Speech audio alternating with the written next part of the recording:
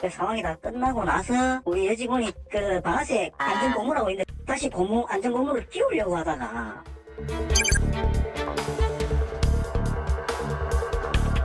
보고 체제라든지 그다음에 이제 권총 같은 거 카킹되어 있을 때 그 이제 빼는 방법이라든지 방아쇠가 안 당겨 있을 때 뭐 하는 방법.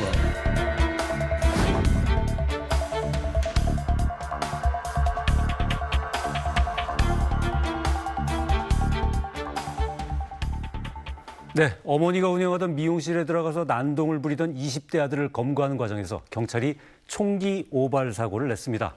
공포탄이라 인명피해는 없었지만 하마터면 큰 사고로 이어질 뻔했습니다. 또 경기도 광주에선 10대가 투신하면서 행인을 덮친 사고로 사망자가 3명이나 생겼습니다. 사건 소식 백기종 공안탐정연구원장과 함께 자세히 알아보겠습니다. 백 원장님 어서 오십시오. 안녕하세요. 예, 지난 5일 창원이죠.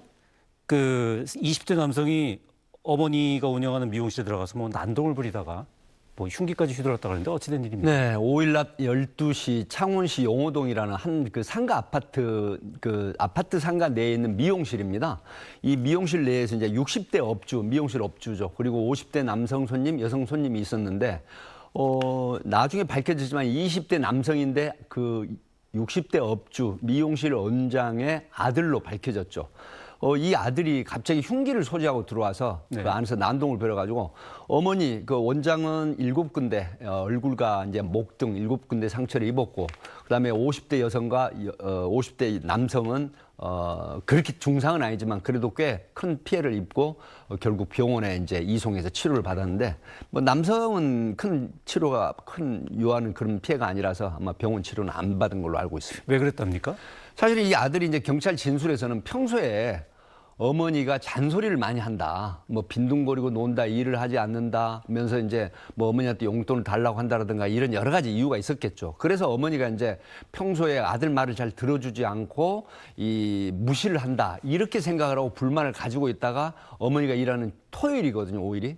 이때 이제 어머니가 일하는 미용실에 와서 이런 끔찍한 일을 저지른 걸로 밝혀졌습니다. 그 당시 그 범행 장면을 찍힌 그 CCTV 영상이 있죠? 예, 잠깐 좀 보고 오시죠. 경남 창원시의 한 미용실입니다. 노란색 경찰 통제선이 쳐져 있고 상가 유리창 안으로 의자와 미용 장비들이 어지럽게 널브러져 있습니다. 오늘 정오쯤 20대 남성 A씨가 이 미용실을 운영하던 자신의 60대 어머니인 B씨에게 흉기를 휘둘렀습니다. B씨는 얼굴과 목 부위에 중상을 입고 인근 병원으로 이송됐는데 현재 생명이 위독한 것으로 알려졌습니다. 미용실 안에 있던 손님 2명도 팔 쪽에 경상을 입은 걸로 파악됐습니다. 범행 직후 A씨를 현행범 체포한 경찰은 정확한 범행 동기를 조사하고 있습니다.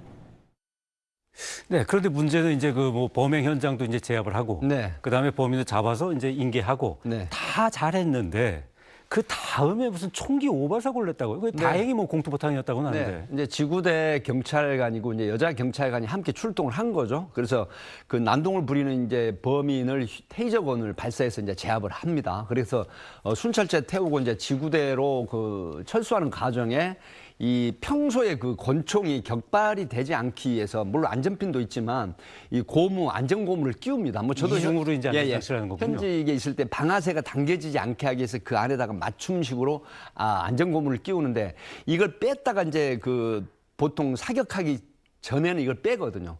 그리고 이제 입구하기 이제 전에는 그걸 끼워서 입구를 하기 때문에. 네. 근데 그걸 그 차 내에서 그 안전고무를 끼우다가 이게 방아쇠가 당겨지면서 다행히 첫 발은 공포탄이기 때문에 공포탄이 발사되면서 이제 그 뭐 다리 아래쪽에 경상을 입은 걸로 이렇게 됐는데 사실은 뭐 있을 수 있는 사고는 아니죠. 왜 그러냐면 평소에 이런 총기 그 안전관리 훈련을 많이 받아야 되거든요. 그리고 이 안전 격발이 되지 않기 위한 그런 어떤 조치인데 이게 오히려 발사가 되는 형태가 됐기 때문에 상당히 좀 문제가 있다 이렇게 보는 거죠. 실제로 그 경찰 내에서 이런 총기 오발 사고가 좀 종종 벌어지나요? 뭐 사실 올해 4월 달에도 부산경찰청에서 이 부산경찰청 사격장에서 사격을 하다가 20대 사실 순경으로 이제 계급이 됐는데 입직한 지 그렇게 오래되지 않은 순경이 사격 훈련을 하다가 갑자기 그 팔을 구부리면서 머리 쪽으로 해가지고 오발해서 이제 결국 사망을 한 사건이 있었거든요. 그 이후로 굉장히 많은 그런 어떤 훈련을 쌓고 이제 그 안전 관리를 하고 있는데 사실 일련의 경찰관이 이제 외근 그 경찰관은 형사하고 지구대 경찰관이 얘기하는 거거든요. 네. 연 4회 사격 훈련을 합니다. 연 4회. 네, 1회에 예. 35발씩. 분기에 한 번씩 하는 거네요. 네네. 내근 요원들은 이제 정례 사격이라고 1년에 2번씩 이 70발을 하는 거죠. 예. 그런데 이제 이게 사격 훈련도 중요하지만 총기 안전 사고에 대한 관리라든가 교육 이것도 이 기회에 좀 대두가 되고 있다 이렇게 봅니다. 그 부분은 좀 뭐 백 원장님 보시기에는 좀 부족한 부분이 있는 것 같고요. 사실 그렇습니다. 이제 격발 사고나 오발 사고를 하는 부분은 그 부실한 그런 어떤 총기 관리 때문에 일어난 거거든요.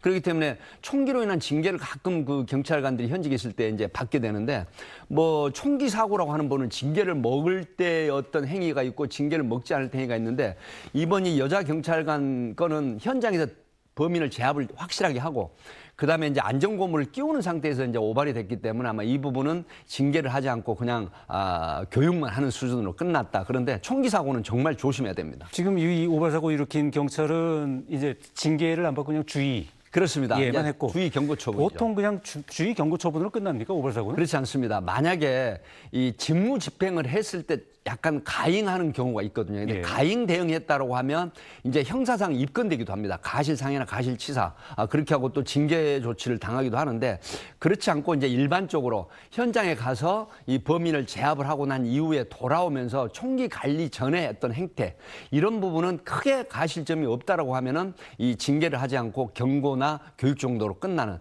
이런 형태인데 뭐 시간이 많지 않기 때문에 말씀 안 드리겠지만 총기 관련한 사고는 굉장히 그 결과가 큽니다. 그렇기 때문에 경찰에서도 정말로 교육이나 어떤 총기 안전 관리에 대한 강화하는 이런 시스템이 보강이 돼야 된다. 이 사건으로 이제 주는 교훈이라 생각을 합니다. 네.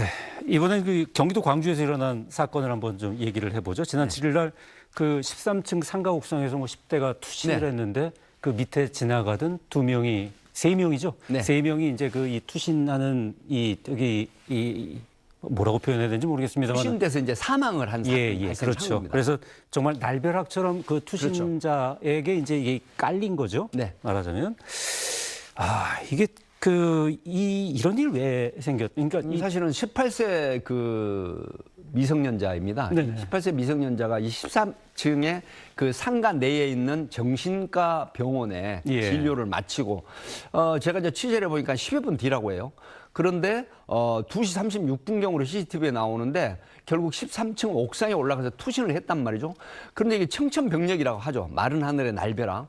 그 밑에 소위 말하면 그 상가 내에 있는 병원에서 40대 엄마와 그다음에 뭐 10대 그 딸이 이 치료를 받고 나와서 그다음에 처방을 받고 약국에서 약을 타와가지고 건물 밖에서 이동하는 순간에 바로 그때 하필 그 18세 소녀가 청소년이 투신을 하면서 그 머리로 떨어졌는데 또 그 옆에는 20대 남성이 있었거든요. 다행히 20대 남성은 약간 걸쳐 있었지만 정통으로 이 투신하는 그 소녀가 어디로 떨어졌냐면 40대 엄마하고 이 11세로 제가 알고 있었는데 예. 11세 소녀 머리로 떨어진 겁니다. 그래서 현장에서 이제 18세 소녀는 즉사를 했고 결국 어머니도 중상을 입고 딸과 같이 옮겨졌는데 딸이 먼저 사망을 하고 그다음에 어머니가 어제 사망한 걸로 그렇게 드러났습니다. 그 진짜 길 가다가 정말 날벼락이란 말 그렇습니다. 예, 청천벽력에 말고 참 진짜 말은 표현할 하는 길이 없네요. 날벼락이죠. 네. 예. 당시 그 현장 목격자 한번 진술 얘기를 한번 들어보시죠. 저는 이제 처음에 차가 후진하면서 사람을 쳤는가 보다 그렇게만 생각했죠. 그래가지고 나중에 보니까 사람들이 이제 위를 쳐다보고 그러길래 투신했는데 일가족이 투신했구나. 저는 이제 그렇게만 생각을 했어요. 그리고 이제 일이 가려고 그랬는데 여기를 통제하고 이제 사람들 모이고 못 갔는데 2명이 같이 쓰러져 있는데 이제 이마 쪽에 피가 이렇게 흘러고 이제 보니까 사람이 큰 소리 났을 때 얼마나 좀 소리가 크게 났어요? 좀 크게 났어요, 소리는. 그러니까 제가 교통사고 그 얘기를 했잖아요. 보통 교통사고 가볍게 소리 나면 이 소리다 그러면 콩 하는 그런 식으로 좀 크게 나긴 났어요. 그 지금 10대가 그 13층 상가 옥상에서 이제 투신을 한 그렇습니다. 거잖아요. 그러면은 뭐 상가라고 하면은 대로변일 테고. 그렇죠. 대로변이라 그러면 항상 행인들이 지나다닐 행인들이 텐데. 항상 수시로 보행하는 예. 분들이 계시죠. 그러면은 그거를 그렇다고 옥상을 막을 수도 없는 일이고. 아니 그래서 이제 이번에 이 사건 이후에 문제가 되는 게 상당히 그 트라우마라든가 내지는 어떤 그 공포 심리가 생길 수가 있거든요. 예. 저도 고층을 지나다닐 때 이런 사건 접한 이후에는 반드시 고층을 쳐다보게 되는데 예. 옥상 관리를 철저하게 좀 해줘야 돼요. 물론 옥상을 뭐 완전히 봉쇄를 할 수는 없지만 적어도 옥상을 관리하는 사람이 있어서 이런 사고가 발생하기 이제 안 되게 해야 되고, 그다음에 이제 고층 건물 같은 경우에는 이 어떤 필요가 있냐면 사실은 시스템이 상당히 이제 어렵겠지만 안전망이라고 하는 부분이 이제 필요합니다. 안전망이요? 예, 그래서 이제 회해 같은 경우에는 그 투신 사고가 잦은 곳은 이 관리자라든가 안전망 그 설치에 대한 그런 부분이 있거든요. 예. 하기 때문에 이런 사고도 정말 아무런 죄 없는 무고한 40대 엄마하고 이 11세 된 아이가 사망을 했다고 하는 부분은 예측을 못하는 상황이잖아요. 그래서 옥상 관리라든가 또 안전망이라는 이런 부분이 지금 필요한 시점이 아닌가 싶습니다. 그러니까 배 원장님이 이제 옥상 관리라는 말씀을 하셨는데, 이게 그렇다고 옥상이 이 비상 상황, 뭐 화재라든가 이런 그렇죠. 거면 또 그대로 대피를 해야 되잖아요. 네. 그래서 그 문이 잠겨 있으면 안 되는 걸로 알고 있는데. 그렇죠. 예, 그거 잠글 수도 없고, 그렇다고 또 그런 어떤 그 이 투신 뭐 이런 위험을 또 그냥 방치할 수도 없고.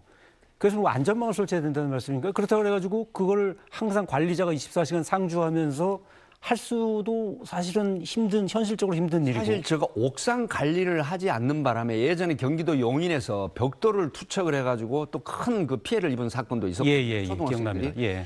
이런 부분들이기 때문에 옥상 관리가 굉장히 지금 소홀합니다. 물론 앵커께서 말씀하신 것처럼 옥상 관리라고 하는 부분이 쉽지는 않죠. 그럼에도 불구하고 적어도 일정한 건물의 고층 옥상 같은 경우에는 관리자가 필요하다는 얘기를 왜 드리냐면, 이런 사고가 생각지도 못하게 발생을 했을 때 그 피해자는 어떤 상황이 되겠습니까? 네. 평생에 항의되면서 누구를 원망을 해야 되죠? 물론 지금 제가 볼 때는 이 건물 관리, 소위 건물주 상대로 아마 틀림없이 피해자들이 소송을 제기할 가능성이 있습니다. 그랬을 때 이 건물이 민사상의 손해배상에서 자유롭지 못하다는 게 판례도 있거든요. 민사 판례도. 하기 때문에 이런 부분이 앞으로 이 인명 피해라든가 또 재산상의 피해, 이런 부분에 있어서 사실은 상당히 심각하게 이 시스템을 보완해야 되지 않느냐 하는 생각이 드는 대목이죠. 네, 알겠습니다. 자, 배 원장님 또 다른 얘기 한번 해보죠. 강원도 한 초등학교에서 성추행 사건이 네. 뭐 발생을 했는데, 이게 뭐 기간제 교사로 육아휴직한 교사 대신 들어온 그 대체 누군가, 기간제 교사입니다. 기간제 교사가 그 제자인 초등학생을 성추행했다. 그리고 이게 좀 지금 일파만파로 번지고 있다. 네. 이런 얘기가 있는데 뭐 어떤 얘기입니까? 사실 이 사건이 이제 작년 10월 24일 날 그 교사가 요즘 육아휴직을 가게 되면 일정한 기간 동안 육아휴직을 하지 않습니까? 예. 그 대체 교사로 교장이 이제 고용을 한 겁니다. 계약을 해서. 그래서 교육부에 이제 교육청에 보고만 하는 건데, 이 교사가 20대 이제 그 후반 정도 되는 나이 교사인데, 이 10대, 13세 미만 아이들이면 보통 3학년, 4학년, 5학년 정도 되거든요. 이 아이 중에 한 아이를 뭐 무릎에 앉히거나 껴안거나, 이제 보통 우리가 뭐 프리허그라고 하는데 뭐 귀엽다, 이쁘다 그래서 이제 안아주잖아요. 그런데 이게 이 학생이 나중에 이제 성추행이라는 걸 느끼고 부모한테 털어놓고, 그다음에 사실은 교사가 어떤 형태냐면 이 학생에게 보고 싶으면 연락해, 카톡을 해, 심심하면 연락해 볼까? 이런 그 부적절한 카톡을 보낸 게 이제 부모한테 또 들키게 된 거죠. 그래서 부모가 이제 학교에다가 신고를 하게 됩니다. 근데 학교에서는 또 대응이 굉장히 느슨했어요. 이걸 바로 어떤 조치를 해야 됨에도 불구하고 이 부모의 말에 대해서 크게 그냥 응하지 않은 이런 부분들이 있었는데, 결국은 이게 이제 경찰의 수사가 시작이 되면서 이 입증이 된 거죠. 카톡이라든가 그다음에 그 학생 부모가 입회해서 조사를 하니까 이 성추행에 대한 피해가 확인이 된 거죠. 그래서 이제 입건이 돼가지고 검찰이 일자 송치를 했는데, 그 이후에 이 학생의 다른 학생들이 뭐라고 얘기를 하냐면, 지금 그 선생님이 변태 선생님이라고 우리 학교에서 소문이 났어. 별명이 변태 네네. 선생님이에요? 그러니까 그 안 좋은 그 강제추행 같은 이런 행태를 하기 때문에 변태 선생님이라고 이제 그 10대 아이들이 이렇게 얘기를 했나 봐요. 결국은 설문조사를 요구를 했는데 1차에서는 학교에서 아무런 피해자가 없다라고 했는데, 이걸 지역 커뮤니티하고 인터넷망에 이제 게재를 한 거예요. 피해 학생 부모가. 그러니까 부랴부랴 다시 2차를 했는데 최종적으로 17명의 이 11세, 2세, 13세 된 아이들이 피해가 드러났죠. 17명까지 지금 이제 이 혐의가 드러났습니다. 그래서 이제 교육부에서 지금 교육청에서 이 부분에 대한 거를 경찰이 설문조사를 받아가지고 경찰이 의뢰를 하겠다 이렇게 되는데 굉장히 늑장 대응을 했고 학교라든가 교육지원청에서 10대 아이들이 성추행 피해를 당했다는데 학부모들의 항의라든가 지역 커뮤니티 사이트에 올라오니까 부랴부랴 대응하는 이런 부분들이 정말 교육지원청의 굉장히 느슨한 대응이다. 이런 비판에서 자유롭지 못할 것 같습니다. 네, 알겠습니다. 뭐 교육당국이라든지 학교에서 추후 어떻게 대응하는지는 좀 지켜봐야 할 필요가 있겠네요. 네. 자, 백기종 원장님 말씀 여기까지 네, 듣겠습니다. 감사합니다. 고맙습니다. 네, 저희가 준비한 오늘 뉴스는 여기까지입니다. 여러분 고맙습니다.